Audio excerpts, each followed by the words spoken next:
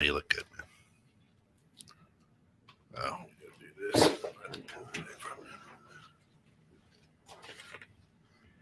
Oops, check in.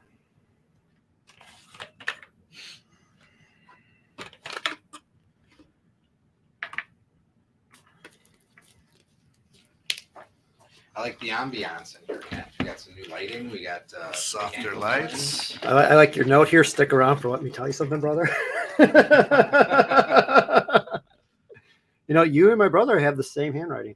Is that Very, right? very similar. Let's do this. Yeah, that guy will talk for 45 minutes. Are you ready? You think you can tell us what to do?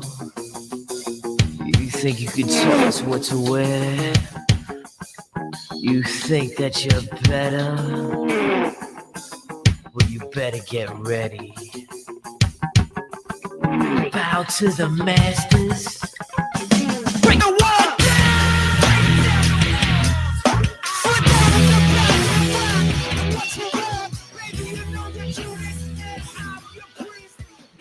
Welcome to Let Me Tell You Something, Brother. Right here, 21.6 The Net. Join Tim and Tom for the ultimate show about sports, entertainment, and the world of professional wrestling. Learn the ins and outs and storylines and talent on each platform. Let Me Tell You Something, Brother airs every second, fourth Tuesday right here, 21.6 The Net at 7:15 p.m. Central.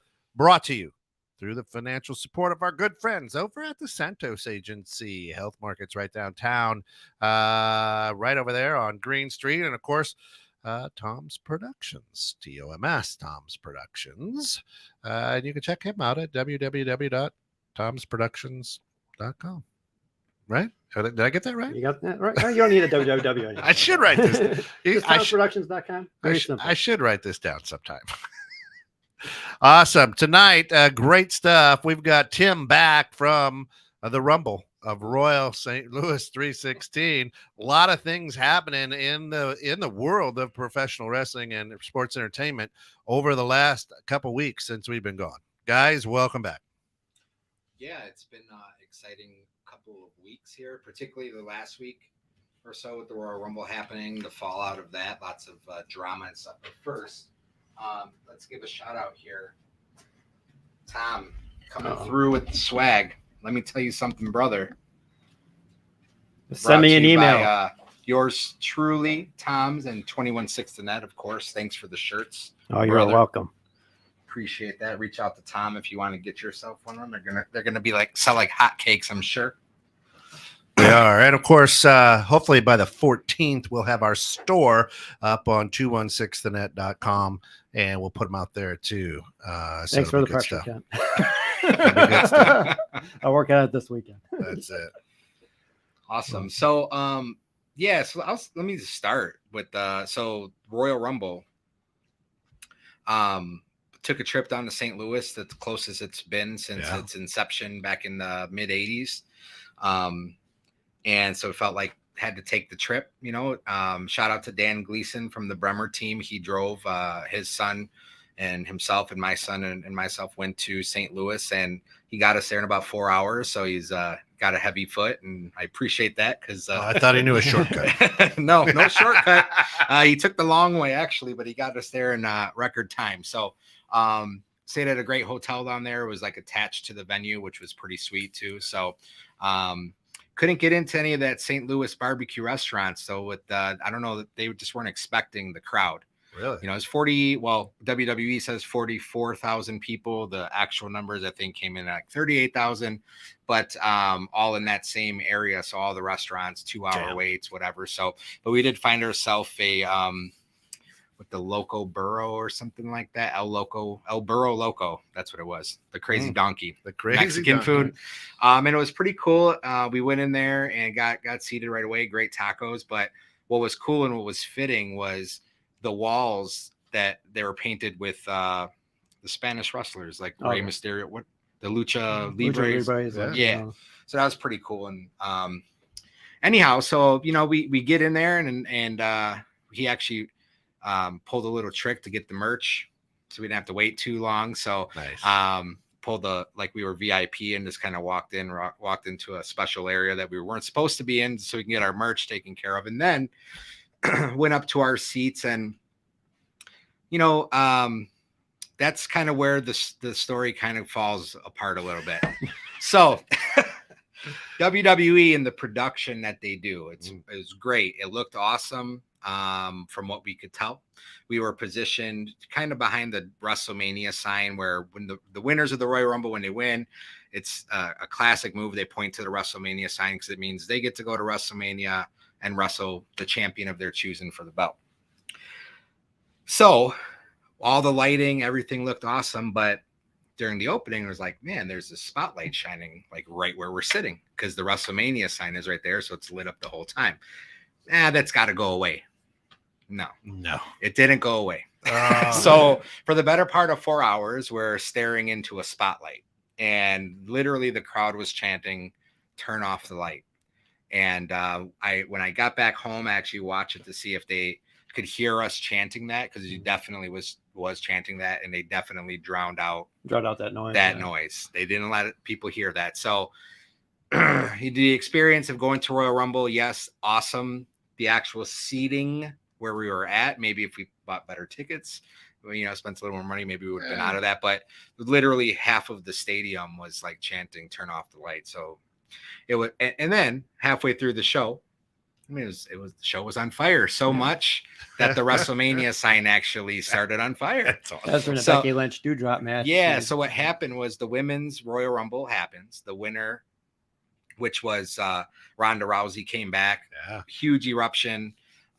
She ends up winning the Royal Rumble, and all these pyrotechnics go off from right behind the sign, the WrestleMania sign, and it caught the sign on fire. So the people below it had to evacuate. It was kind of a shit show, actually, awesome. At that point. But it was still awesome to be there. I love spending the time with my son, getting to know Dan Gleason a little bit better, too. I don't really know him too well, but we share the same passion for wrestling, and it was cool that his son was there, too, and stuff. So, so it did suck, kind of, but at the same time, it was very awesome to be there. Yeah. So. And anyway, it's totally distracting during that match because I didn't go. I watched from home, and it's like the whole time you're watching the match, you just see the audience in the background standing up, like videotaping what's going off to the side, and even the wrestlers were kind of looking at it, and it's like what the heck is going on? Yeah, so it wasn't literal flames, but like when like ash, falling from almost like pouring out of the sign. So it was kind of freaky, but some very awesome moments that happened that actually, if we look back and look close enough, you can actually see Dan. He sat closer to the aisle. Nice. You can kind of see him. And so he's a small guy. Yes.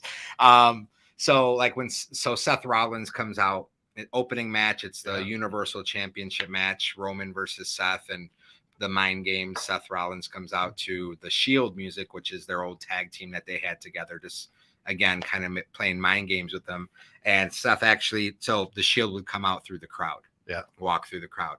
So actually just below us is like where he came out. So we had some really cool moments as well, mixed into some blinding light and things. Now, one of the cool things was whenever the countdown happened, that spotlight would turn to shine on the wrestler that was coming out. So we had like those moments where we got to see the person coming out without this glaring light. It's like when Clark, with the lights on Clark Griswold's house, they move the light and you fall down. Yeah.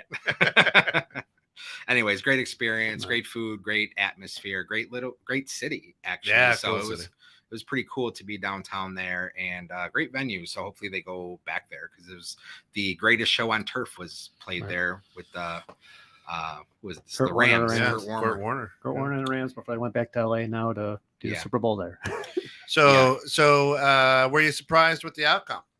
I think we nailed it on our last show. What we were predicting, what would happen. Yeah. So we knew.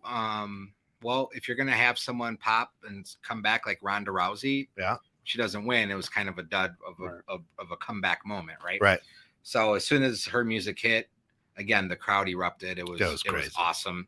But you knew right then it was like, okay, you knew she was going. We even said that she was going to win, and she wasn't even announced yet for the show that week. Yeah. It's like you knew that they had to do something like that. Yeah. For WrestleMania. And then the Brock Lesnar thing, we knew once Brock lost, he was going to be into 30th man and win. Like you just knew that. Well, yeah, but yeah, I mean, we didn't see that playing out before that he would lose it, right? Well, we saw like that, our last show. We talked about a little bit that we saw either Brock getting cost by Roman or Brock costing Roman his match. Yeah.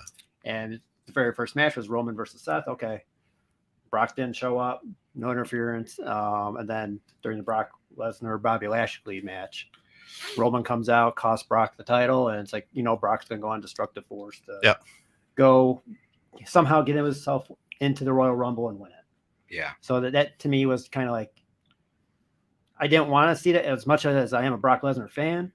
I didn't want to see that. So let's talk about let's stay in this lane then, because our boy Shano was the creative genius behind this, right? There's rumors that he was producer, and there's other stories that he wasn't. But yeah, so from what I could tell, from what I read about, was he was a producer, and then obviously Vince McMahon and a couple other people, including taking the input of Brock Lesnar and some other people on how they want this match, the turnout to be. So rumor has it is, yes, Shane was part of it, and he was really trying to get himself over in the match. Right. Come out number 28, which is a popular spot for winners. And a popular number for people making their comeback.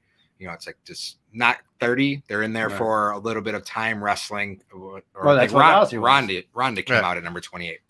So when and Shane hasn't been on TV since last WrestleMania either. Right.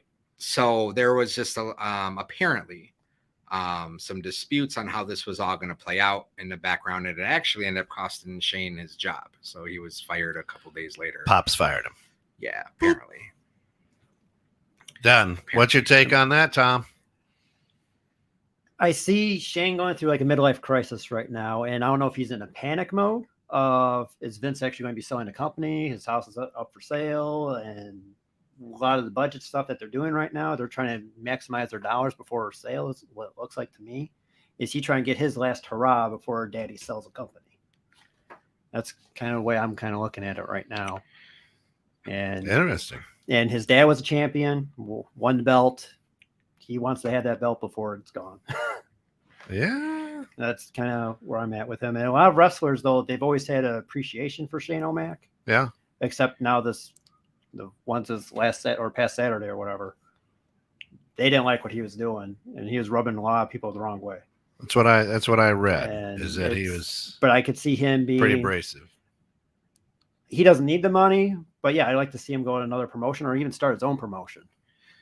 I think that'd even be more ideal if he starts his own, and that'd be interesting. See where that goes. Yeah, I heard rumors that he wants to bring WCW back, and that he's technically still the owner of that brand. And I don't know, there's a lot of things you read, you don't know what's what, but also AEW, right? So big announcement came from AEW this past week that they're kicking open the forbidden door, which is cross promotion between wrestling companies, and slamming it shut behind them, which would lead you to believe someone who's still under contract with another company is going to come to AEW and basically, give the finger to the company that they left. Like, I'm going to do what I want. So technically, though, Shane McMahon being fired wouldn't be one of those people, but under like maybe a non-compete clause, he would be, right? So would it be a scheme, right? So look, you get Shane McMahon in AEW, there's collusion, right? That's right. There, it's almost a for certain thing at that point, right? You'd have a McMahon and a McMahon. Would this whole story be fabricated to send Shane McMahon to the rival company to then infiltrate from the inside? And our conspiracy theory before is Vince a blind owner of AEW? Yeah, it all makes sense, right? It really does make sense, especially if it happens. Right.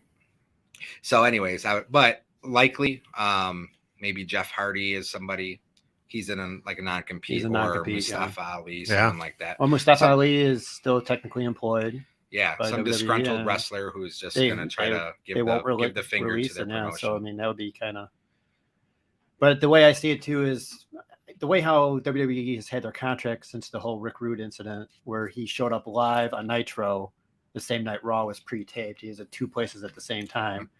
They kind of started the whole like, no, you need 90 days for these contracts. And there's not really a lot of big names out there that have that swag where they could go like, no, I don't need the 90 days. I can go wherever I want because Yeah. if you want me, this is our terms. There's only like a handful of guys that can do that right now.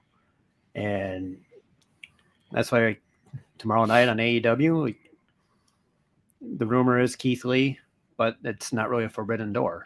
Right. But So you think No. Keith Lee? I think they may have Keith Lee as one of them, but I'm kind of Uh-oh. feeling like it's going to be a womp, womp, womp moment where it's someone from the gobbledygook. Ring of Honor or Impact Wrestling that we're not even thinking about. Probably, maybe Moose from Impact or someone because they got that deal, or just from New Japan. They're using this like dangling that carrot in front of you, right? Yeah, And it's get the gonna be viewers, It's the get the eyes, tease, it's, set the hook, get them in, it's and the bait and switch. Yeah. Womp, womp, womp, Yeah. womp. For me, there's a lot of that, anyways, with the exception. Mhm. You know, currently one of my favorite wrestlers right now happens to be an AEW superstar, MJF. Oh, Yeah, so proud was of you. interesting, wasn't it? You watched him AEW last Yeah. week. The only reason I watched it was to see I'm like CM Punk's losing this match, and I'm gonna watch it happen. And that's what happened. that was a good one, right? That was what bothered me with that match was when they announced that's the main event, and it was just like 5 or 10 minutes after 8 o'clock. You know the show's going till 9, and then they try to end it early, whatever with the cheat stuff, and like we were messaging like it's not over yet. They're going to do something to keep it going. Stay tuned. But I mean, I'm actually glad that CM Punk put MJF over. Yeah. Because the way how he's been burying the other talent there just really irritated the crud out of me with his hypocrisy and everything else. But it's good to see MJF get that win. And now that should put him in the main event status to get the AEW title and make it relevant because, hey, man, Adam Page is the champ and no one knows it. Yep. Yeah, I have no idea who that even is. I don't know. Right. I don't even. I mean, I've watched a couple episodes, so I know it's cowboy shit, right? That's his thing. Right. Is cowboy, whatever. That's because they can say shit on They get shit. whatever. Well, they stuff. said it on. They say it like say it they're, on Raw at 9 um, o'clock hour. They say it like a kid who's gotten permission from their Right. parents to swear. Well, I think Brock. I think Brock last week did do the F-bomb on Raw. He did. Brock did not care, so there was a lot of bleeping out what he was saying. After that, yeah, after he I don't know how he made it through the 8-second delay, but he made it through. F in Cincinnati. Uh-huh. That's it. Speaking of Cincinnati, go Bengals. I really want the Bengals to win the Super Bowl. I know this ain't the show to talk about that, but that's who I'm pulling for. That's you're pulling for. Next year's WrestleMania is at the same stadium, so there's your tie-in. Yeah. There you go. Good tie-in. Okay, and then even to tie this in, so just read yesterday, this is all setting up The Rock, because we can't go a show without mentioning him, as I always say. That's right. The Rock coming back, Roman Reigns, The Rock, WrestleMania 39 at the new stadium next year in LA. That's what I heard. Rock is the owner. I don't know if he's the owner, but coming back for one more run or one more match and getting involved with Roman Reigns. Yeah, both parties have expressed a lot of interest in that, and being in The Rock's backyard, it's going to happen. Yeah. Are they going to do it like how they did Rock and Cena, where they announce it the Monday after WrestleMania That would be awesome. and build it up? That would be nice, because I mean that was one of the best builds that they had in years. That slow build for the following WrestleMania, that you knew that that's the main event. Doesn't matter. Oh, dude! Now all these thoughts are running through my head. What if Rock comes out there and so they're setting up Brock Lesnar versus Roman Reigns for this WrestleMania, and they're actually even setting it up to be a title for title match, World Heavyweight Championship versus Universal Championship. More likely, Brock will win it back at Elimination Chamber, and that's where you'll get the unification match. Yeah. So there's your word, Sally. Unification. Unification. There it is. Yes. Unified championship. So because the roster is depleted, there's not really a need to have two separate champions on the shows. There's just not enough people, right? Especially Intercontinental title, like that's been defended once in the last how many months? Yeah. So I mean, it'd be awesome to have The Rock come back this WrestleMania and turn his back on Roman and cost him the match to set up next year's WrestleMania match. I mean, that would be cool. That would be cool. I don't know. As soon as Rock's music hits again, you know Austin's going to be there. You know Shawn Michaels is going to be there, and Undertaker's going to be there. So I said if Triple H's music hit, I would take my shirt off. But if The Rock's music hit, I'd probably take Sally's shirt off. She'll take her own off. Hey, whoa, Take off shirt, so it'll be my dog. So yeah, Sally says it's the unification process. Ted says, I agree. Go Bengals. Oh, I love them. The Bengals. Just love the story. Oh, I thought we were talking about the singing group, the Bengals. Would they be Walk Like an Egyptian? I think they were. Hazy Shade of Winter. Yeah. There's a Hazy Shade of Winter. Hazy Right Shade of Winter? I don't know. I don't know that much. Oh, come on, I know you're a super fan over here. I like Chicks That Rock. That's good. Anyhow. Well, a lot of big things going on, right? In the world of wrestling. Of course, our good friend Triple H recovering from some heart surgery. Yep, he sure is, and the rumor is he's just likely never going to be the same. So I don't know what they've really not disclosed too much about the situation. It's been pretty much hush hush. Well, but why hasn't he been around? Whatever. So they're kind of leaking a little bit of information as to what's going on. But I'm some stuff on his out there on his social media. Yeah, after the procedure. According to what I read, he's done wrestling. We're done wrestling. Wrestling. Yeah. His last match was against Randy Orton, which was an okay match. But I mean, if you're he wanted to end his career right now, I think Randy would be the logical choice. Well, I heard that he was. Well, I didn't hear. What I read was that after NXT changed its, because he was kind of in charge of NXT, and then when it changed from the down and dirty to the glitz and glory, that he had a hard time with that, and he was pretty amped up about that. It took away all the best producers and his talent that he built, groomed, and made better. And he got a little stressed out about that. And of course, now Shawn Michaels is running NXT. But the interesting thing is, I was like, I didn't know he was that upset about it. But they said that may have caused the episode. And that's where it's like, I wasn't a big Triple H fan as a wrestler or whatever, but what he does behind the stage, I am a fan of what he does and what he brings. Like, you could tell he does have that heart and passion for the business and for these guys and the characters. Yeah. And that's what is almost like the joke of like, okay, Vince, get away, let Triple H now run it. Let him run the company because he knows what to do with these guys. You bring up Karrion Kross and he looks like a bad version of Demolition.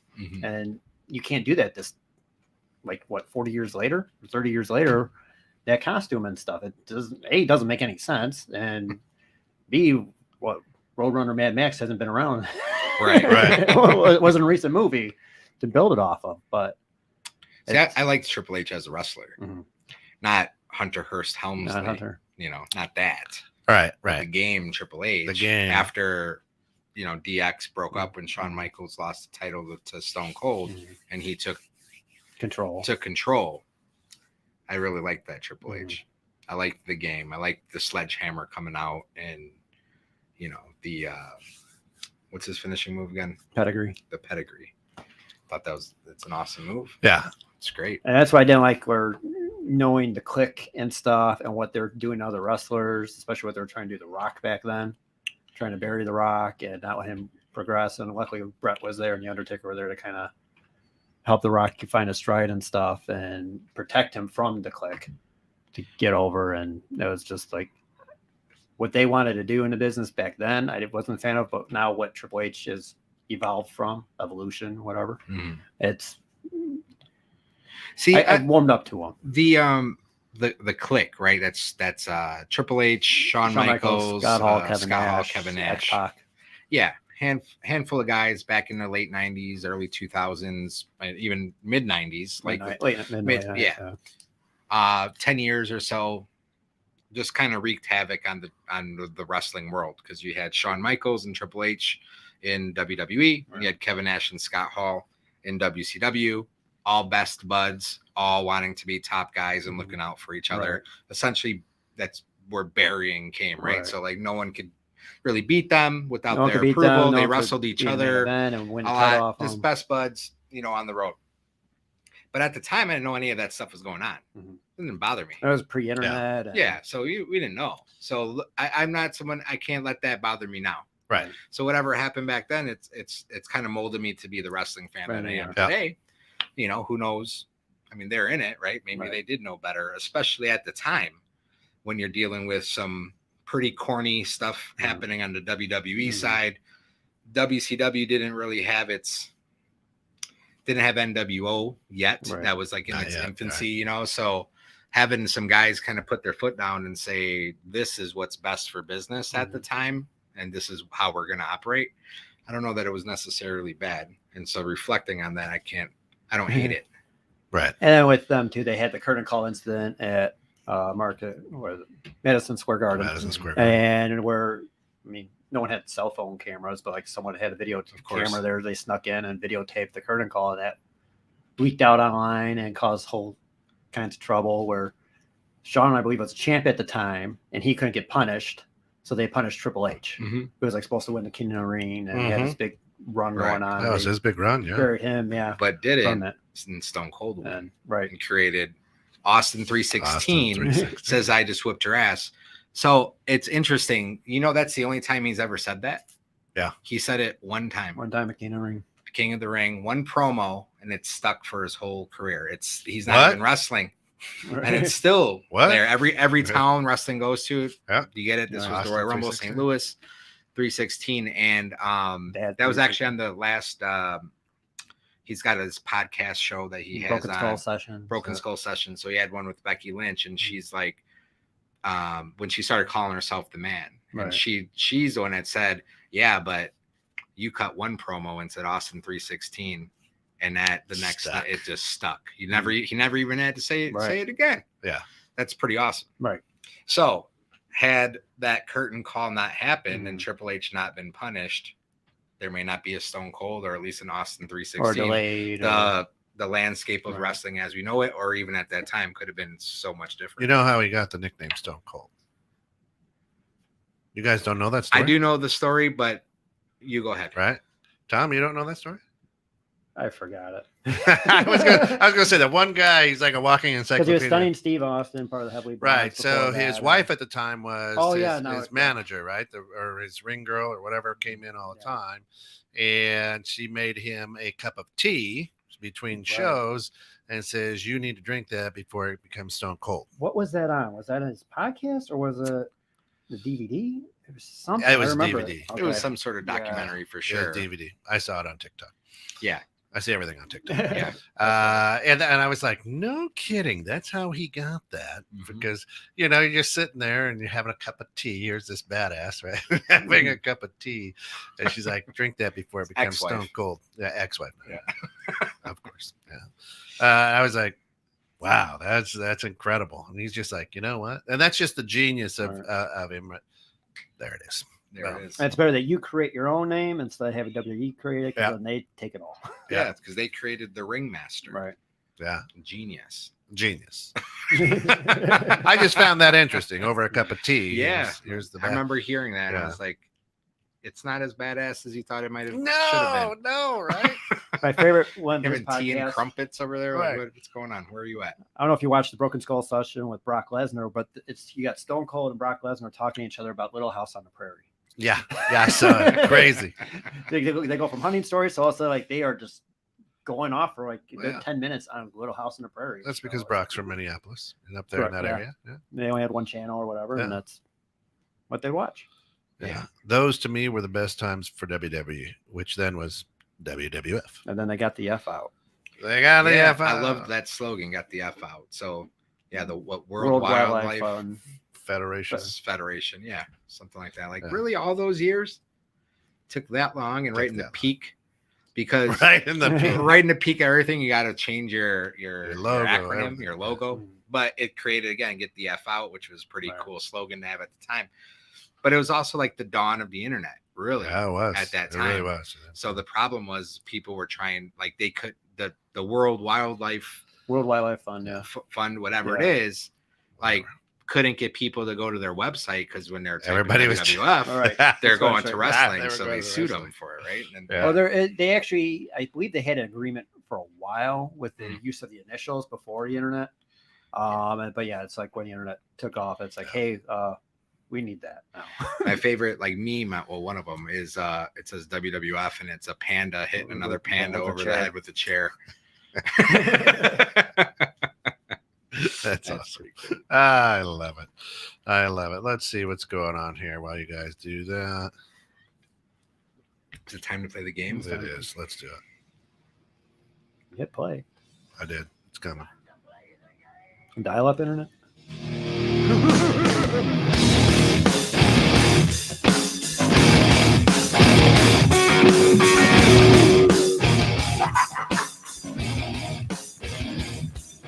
It's all about the game and how you play it. All about control. And if you can take it, all about your stand. And if you can play it, it's all about fate. Who's gonna make it? I am the game. You don't wanna play me. All right, that means one thing: best of, worst of. Let's play a little. Let's have a little fun. Are you ready? Now, I think so. We're talking the best of nicknames, the worst of nicknames. Now, these aren't your average, minor card. These are these are the people. So let's just be for real. Let's just take a look at the American Dream, Dusty Rhodes. Mm-hmm. Love Dusty Rhodes. God rest his soul. Is nowhere is is he? That's not the picture of the American That's not the Dream. picture. We got the picture. Where's the We card? do. It's right over here, right? Oh, it's over there. Yeah. So even though he was fantastic, I don't know if that was the best nickname for Dusty Rhodes, right? So the best nickname, which is fitting, everything is right in there, and then the absolute worst. What do you got? Start off. You want me to start? Yeah, you start. I don't know. Growing up, I did like the Heartbreak Kid gimmick. For Okay. Shawn Michaels. And for me, it was kind of like, okay, the way his persona was, the outfits, and just his charisma that he had with it, it worked for him. That was the best of? And I would say that was one of the better ones. Yeah. He was sexy. It's an interesting perspective because actually, I'm thinking, and that popped into my head, the Heartbreak Kid, Shawn Michaels, actually, as a grown man, right? That's probably one of the worst ones. Like, I'm like, I can't believe I cheered for this guy. Like, as a wrestler, one of the greatest to ever do it. No, hands down. Yeah. But from the music, right?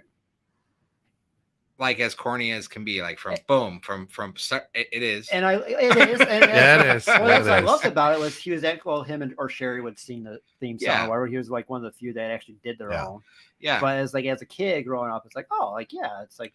But this guy would and come you're doing out his moves or whatever, and with his mullet, poses. poofing his hair, Oh. looking in the mirror, Yeah. kissing himself in the Kissing mirror, himself, with broken hearts on his stuff.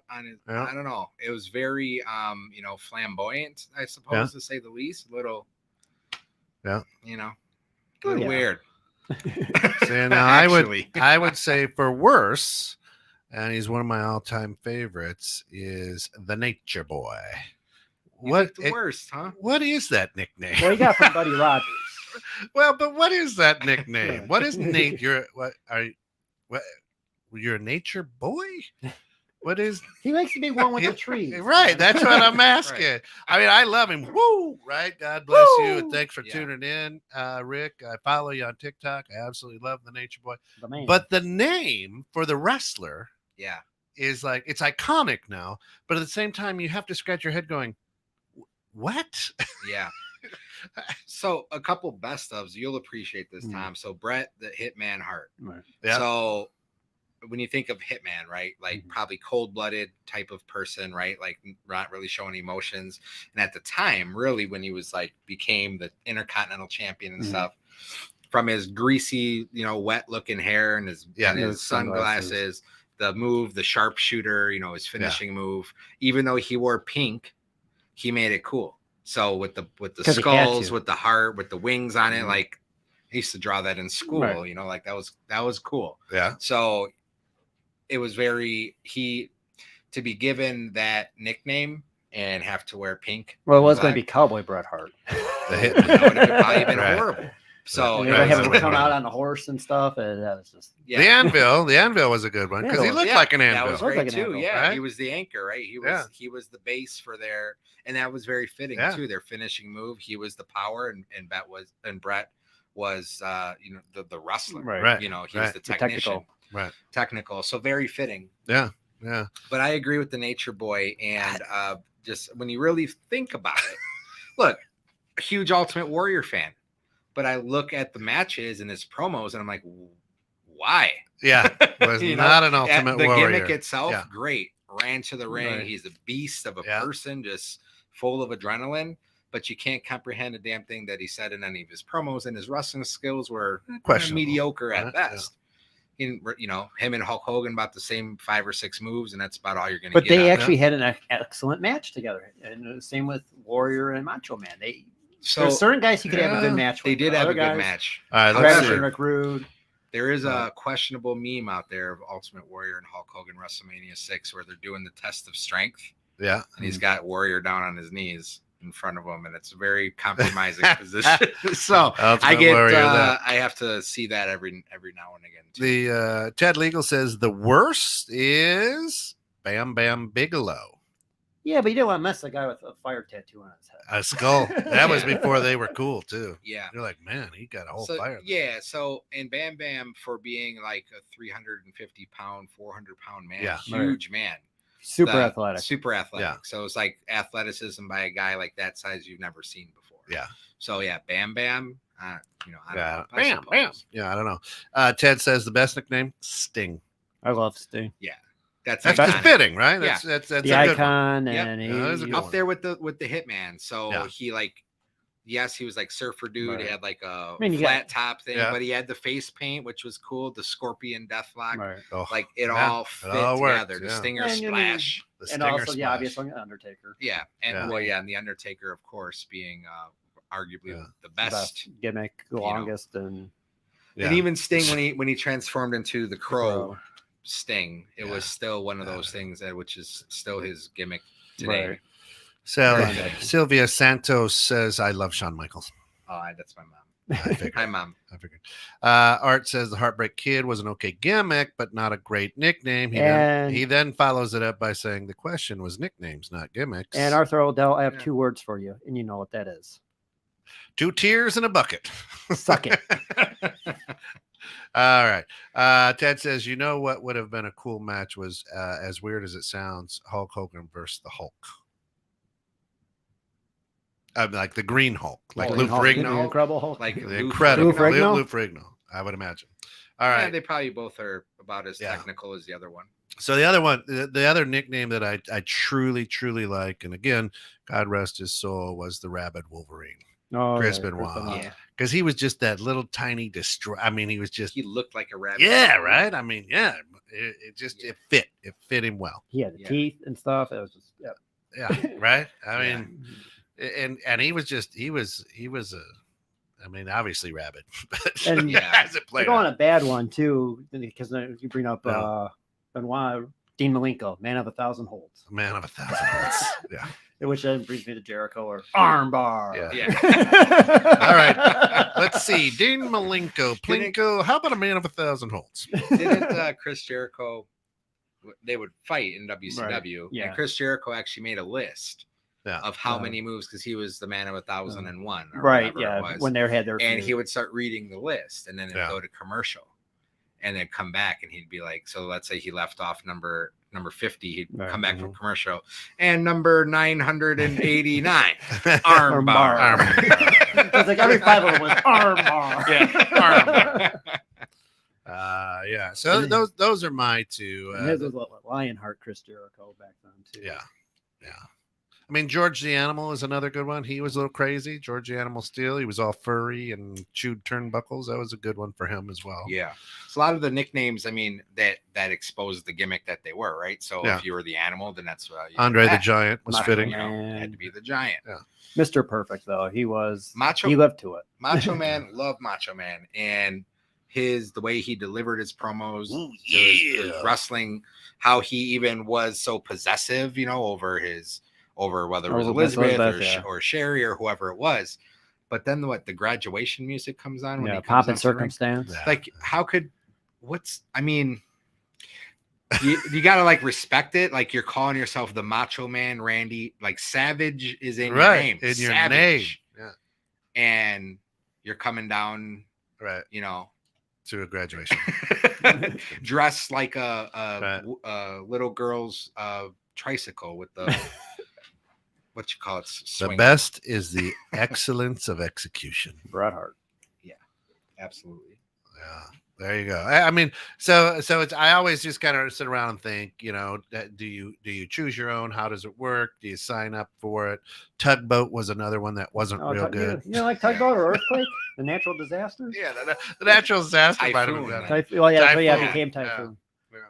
That The was Shockmaster too. He did not really have a good run of nicknames and gimmicks. He didn't. His best though is probably being actually Typhoon with earthquake, natural disasters. And then being buddies with Hulk Hogan and being Tugboat Thomas. Tugboat Thomas. another one for worse is Hacksaw Jim Duggan. Oh, Yeah. I don't know where the hacksaw comes from, but I carried a 2x4. that was Yeah. it. No, Well, yeah, Jake but you don't doesn't use a use it. hacksaw on a 2x4. Right? You use it on a piece of metal pipe, I think. Yeah. I did like the $1 Million Man. Ted DiBiase, Ted I'll go with DiBiase, that. the $1 Yeah. Million Dollar Yeah. Man with. I mean, he did have that. Yeah. Persona. Yeah, they had the belt. He had the Yeah, belt $1 million and- belt was nice. Yeah. Yeah. One of the best. For Yeah. Sure. Absolutely. And that's where I miss those gimmicks and those kind of nicknames because everyone now is just their first and last name. pretty Roman much. Reigns. Great one. Roman. Very original. Yeah. Oh no, Seth changed his name to now Seth frickin' Rollins. The so- freaking. Yeah. Yeah, my favorite guy. Whatever. He's awesome. He had one good match this year. Well, we'll give him credit and for that. would good nicknames draw more people back in, like The Rock, right? I mean, he was the Brahma Bull. I mean, how many nicknames has he had over The great years? one. And Right? But I mean, this guy, right? I mean, WWE owned The Rock, Mhm. right? Right.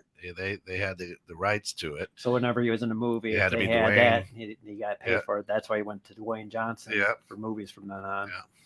So, the wrestlers who can have had multiple nicknames are usually long tenured Yeah. wrestlers, right? And it's when they reinvent themselves that they have a new nickname. Chris Jericho, every 6 months or a year, he's coming up with some new character. Yeah. And it keeps them relevant and keeps them around for a long time. And just kind of adds a new bit of spice to their character that was, when it runs stagnant. So Kane was always. I mean, I didn't understand it, but it was just Kane. Kane, that was actually before the Oh, that was the Undertaker was worst the one. Undertaker. He was supposed to be called Kane. Oh, is that right? Yeah. I didn't know. Actually, his first entrance, it said Kane the Undertaker. Oh, really? Yeah.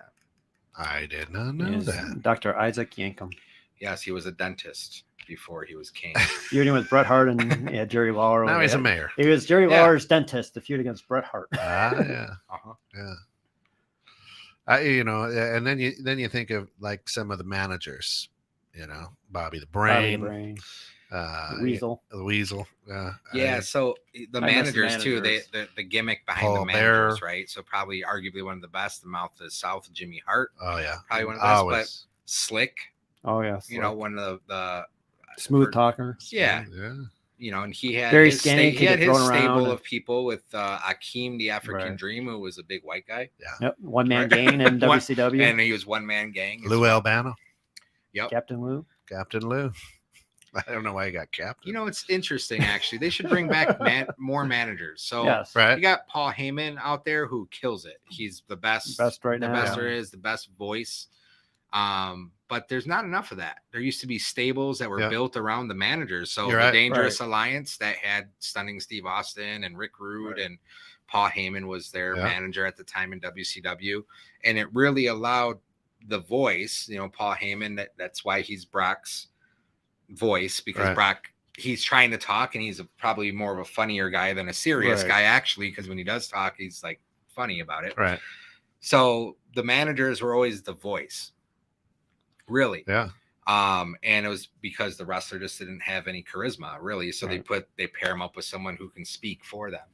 But in return, they would have a whole stable of wrestlers that they talked for. And that would be like a lot of the basis of the Survivor Series premise and things like that, like these whole groups of wrestlers that were all represented by one person. You had your gangs, your clubs or whatever, your factions. And so that would be something cool if they brought that back, actually, because it just... And right now they really need it because there's not many of them that can really talk. And Ronda Rousey needs a manager. She needs a spokesman. I mean, Paul Heyman should do it. Just give her Paul Heyman. But what's funny now is where I don't know if you saw where Santino Marella's daughter recently got signed by WWE. No, I didn't see that. So, which I don't even understand how he could produce someone that looks like that because she is phenomenally beautiful for what Santino looks like. But Santino can talk, and I could see them bring him back to help her and be her manager. I wouldn't mind seeing Santino back on camera talking and kind of create another stable. Maybe Shano goes over to the AEW and manages up. That's how his end is. Maybe that would be cool. Wouldn't mind it.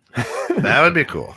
Right? AEW needs to stop picking up whoever WWE's releasing and grow their talent. Yeah, exactly. Like we were talking earlier today, Rusev Miro. When was the last time he was on TV? Like I can't. I mean, I watch it almost every week, Wednesday and Fridays, and I can't even tell you when the last time I saw him on TV. Yeah, it's actually it is kind of a story that's just getting old.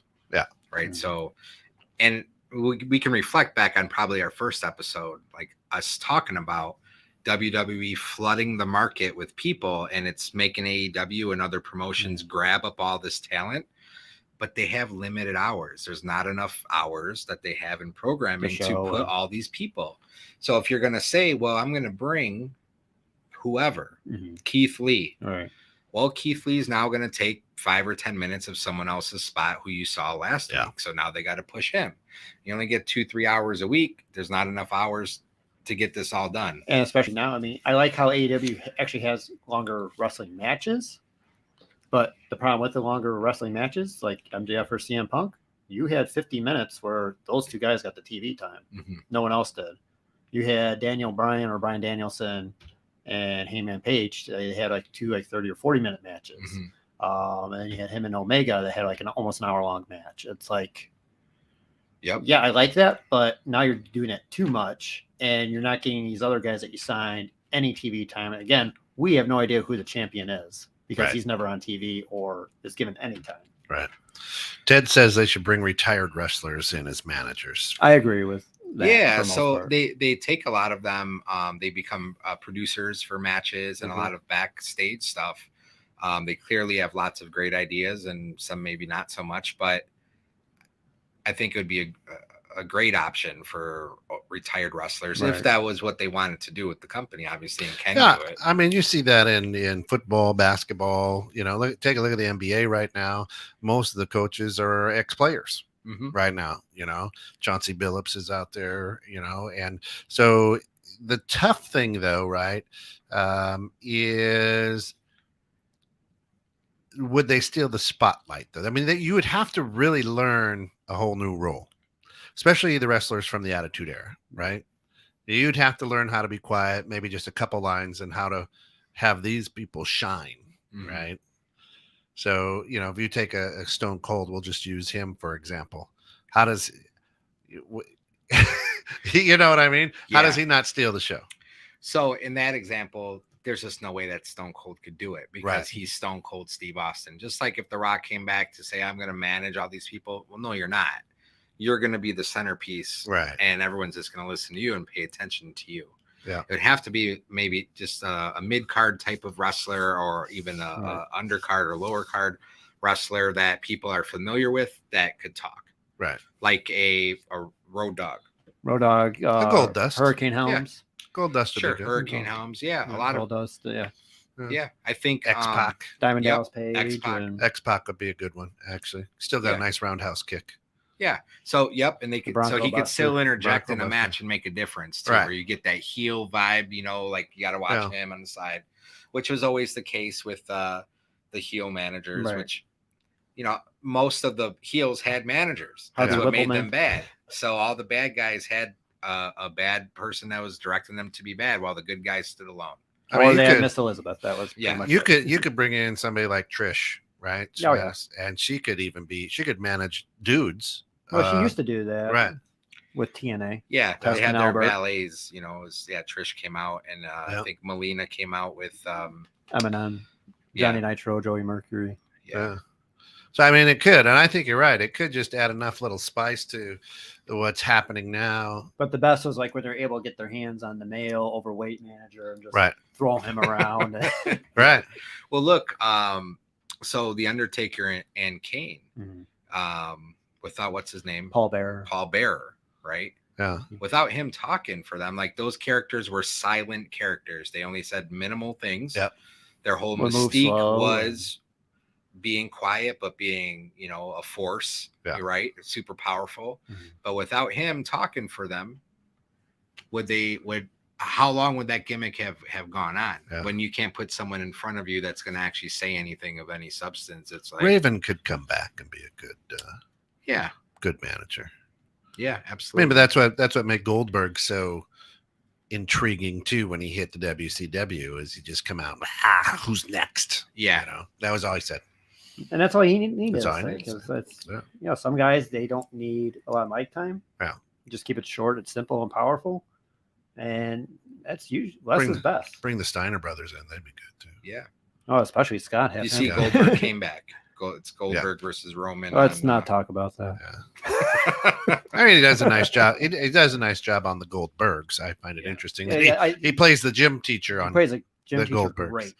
He does. It's awesome. Wait, he's on the Goldberg. He's on the Goldbergs. He's Goldberg is. That's why I never find it watched funny. it before. Yeah, it's a funny show. It's about the 80s. Yeah, it's like the 80s version of Wonder Years comedy. Yeah, it's kind of funny. I love it. They had Hulk Hogan, an episode on Hogan. Yeah. And Hogan made an appearance on it too. Yeah, he did, brother. Yeah. So we do have the Elimination Chamber pay-per-view coming up. That's next Saturday, I believe. Yeah. And what? So we got Roman versus Goldberg. The 19th, right? Yeah. Roman versus and it's Goldberg. happening in Saudi Arabia. Right. Too, which is new for the Elimination Chamber. Well, they have that contract where it's twice a year, whatever, they have to go out there for a 10-year period. I forget what year we're on now. So is it going to be actually on a Saturday? It's or on is it a gonna be Saturday. at 10 a.m. on a Thursday like they've done in the past? It's actually going to be on a Saturday, I believe. I think it's at noon. I got to double check the time. Got it. Yeah, because they're about 12 Other or side of 13 the hours world. ahead of us over there Yeah. in Iran. At least 12. Yeah. So the Elimination Chamber, tell us what the Elimination Chamber is all about. So Elimination Chamber, I believe, was a concept created by Eric Bischoff. And in there, you start with two guys wrestling in a ring. And kind of similar to Royal Rumble, every couple minutes, one door opens and another guy comes in. You could have just one guy there. You could have multiple guys wrestling at the same time. It is pretty much, I think, what should be called Hell in a Cell, the way how it's constructed. That's more of a proper term for it, but they didn't do that. And then for this one, you got Bobby Lashley, Austin Theory, who is rumored to have replaced Shane McMahon. That was supposed to be in the match. That was going to set up a feud with Seth Rollins in the match. Austin Theory beat Kevin Owens because Kevin Owens doesn't travel to Saudi Arabia. He's Canadian. Sami Zayn's another one where the territories and countries do not intertwine. I believe Sami Zayn's Turkish. Those Canadians, too. Yeah, those Canadians. Joe Cicero, hey, brother, he's got to get going to bed here pretty quick. He's up early, does the morning show. He should have you guys on his morning show talk about wrestling. I think it'd be great. He says, I don't watch. Shirt too. I don't. Yeah, get him a shirt. Yeah, I don't watch wrestling now, but do they have gimmicks that connect with the audience? Sergeant Slaughter in the '80s against the Iron Sheik. Yeah, that is really cool. And they tie into world events and pop culture. A guy who makes TikToks when he wins, etc. He says to me, those are the things that catapult them to the next level. You know what? That's huge. I didn't think about that. But in today's soft society, they got away from it. I mean, because back in the '80s, you had the Bolsheviks, the bad Russian tag team. Yeah. You had the Iron Sheik. Right. Well, you had Hulk Hogan, Mr. USA, versus anybody from any other country that was the heel, right? The closest thing to what he's saying, though, right now is Austin Theory, who is an up-and-comer. Well, he's wrestled for a long time, but newer in WWE. He takes a selfie So when he wins a match, he like when he's walking down, he posts a selfie of the guy he just beat, you know, in the back. So there is a guy like that kind of connects to that level, but not in terms really. of social events, they've got away from that. It was kind of Jinder Mahal where they're kind of. But again, that's it. You get a good manager to do that, right? Yeah. And play that part while you're up there wrestling. You TikTok it live or have a little fun with it. But I think the issue now is like back in 80s, early 90s, especially with Desert Storm or wherever, was all the Iranians or Iraqis were the bad guys. And they're evil people, like don't like them or whatever. So they had Iron Sheik come in. But now it's like, oh, well, the citizens are bad, so we can't really, in a way, be racist about it. Yeah, a little bit PC comes into and play. I think a lot of it's also with the stock. I'm waiting for the Chinese wrestler Wuhan Flu to come in. Wow. Too soon? Sorry. I'm sure AEW will pick him up. Hey, you're right. Wuhan Flu is all elite main event. That's his finishing move, the Wuhan Flu. Yeah, in terms of connecting with like local audiences, so they were just in Cincinnati, and obviously all the quote unquote bad heels, you know, they come out to take their dig at the Bengals. Not, you know, this person will never win a match, just like the Bengals who have never won a Super Bowl, or it's been 31 years since they've won a playoff game, and that's how long it's going to take this person to ever win it. You know, take local digs, but they don't really get too much into the pop culture. Yeah, that's sad. I think they should. You know what? It's they're all out on TikTok. I mean, I follow a ton of them on TikTok, right? Just because it's fun. Yeah. I just on Nature Boy, Hulk Hogan was at the Nature Boy's birthday party, and he was a little tipsy. And talking, I've had a few. Yeah, I'm a little. My daughter's coming over to sing. The Nature Boy, everybody on 3, give me a woo. You know, I mean, you're like, damn, Terry. one too many, I think. You know, and then he's like, yeah, you know, he's the best wrestler. I'm the second best, and Stone Cold's the third best. I don't even know if he was in the room, but he was a little tipsy. But if you know, you can follow him on TikTok, and there's some weird things. I follow a bunch of wrestlers, Instagram, TikTok, Twitter, and it's just I don't know. It's more interesting to read like what they got going on or what they're sharing than just fan perspective about everything, because they're cutthroat. The fans of wrestling, like if you post anything, you post your own opinion about something, just prepared for about 1,000 people to disagree with you wholeheartedly. Internet trolls. So I like to watch the wrestlers post their own stuff, watch someone take a dig at them, and then watch the wrestler. MJF's the best. Right? It's true. You know, let them fight their own battles. But anyways, that's true. And speaking like about managers too, coming up. So a couple weeks ago, AEW had this kind of underground name appear underneath the ring during the Adam Cole Orange Cassidy match. His name's Dan Housen. He looks like kind of like, I almost want to describe like a Sven Gulli kind of gimmick. And I mean, he's not really built like a major superstar wrestler, but there's something there with this guy where I could see him being a megastar, an icon in the business, more than likely being a manager of a stable. Maybe he goes manages a Dark Order or something, but there's something there with this guy. Watch his YouTube videos. He's got it. He's got it. He's got it. He's got the charisma. He's got the persona. Yeah. He doesn't have the wrestling body, but he has the psychology in the business. Yeah. Ted asks, where's everybody going to go watch this thing coming up in a couple weeks? My couch. I don't know too many bars or anything that do the pay-per-views. Not anymore. No, before they went on the live stream. Yeah. Bars would occasionally do like the bigger shows. Yeah. I think Hooters was always good at hosting WWE pay-per-views. But sure. I don't even know what it is. Sure. Whatever you told. I didn't even know they had TVs in there.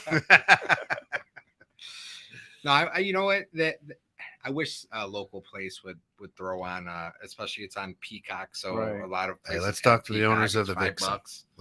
There you go. Let's talk to the Vixen. Yeah, let's talk to the Vixen for sure.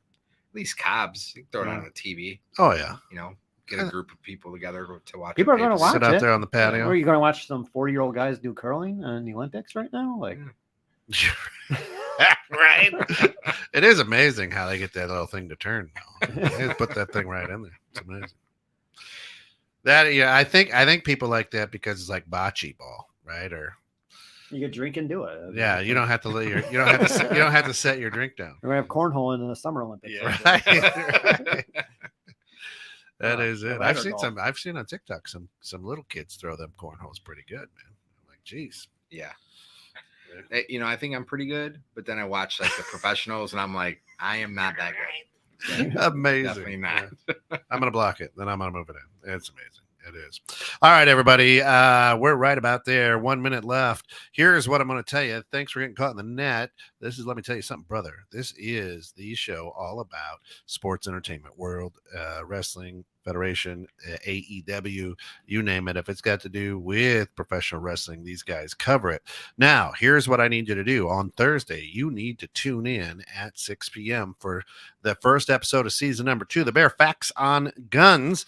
If you love guns, that's great. Tune in. If you hate them, please do tune in as well, because it's very educational. But we also always want to get both sides of the spectrum, and a lot of things are happening in the armed world out there. Also, this Friday at 8, we've got a brand new episode of the Dream Home Experts. Check them out from the Quiet Cool Studios. It is going to be an awesome show. And of course, Friday mornings, we're packed with the grounds. We're packed with the bridge. You name it. In the Know with Steph and Joe. Fridays are fun here at 21.6 The Net. And we really appreciate it. So for all of us here, 21.6 The Net, thanks for getting caught in the net with us. This has been another great episode of Let Me Tell You Something, Brother. You think you can tell us what to do? You think you can tell us what to wear? An hour flies by. You think that you're better?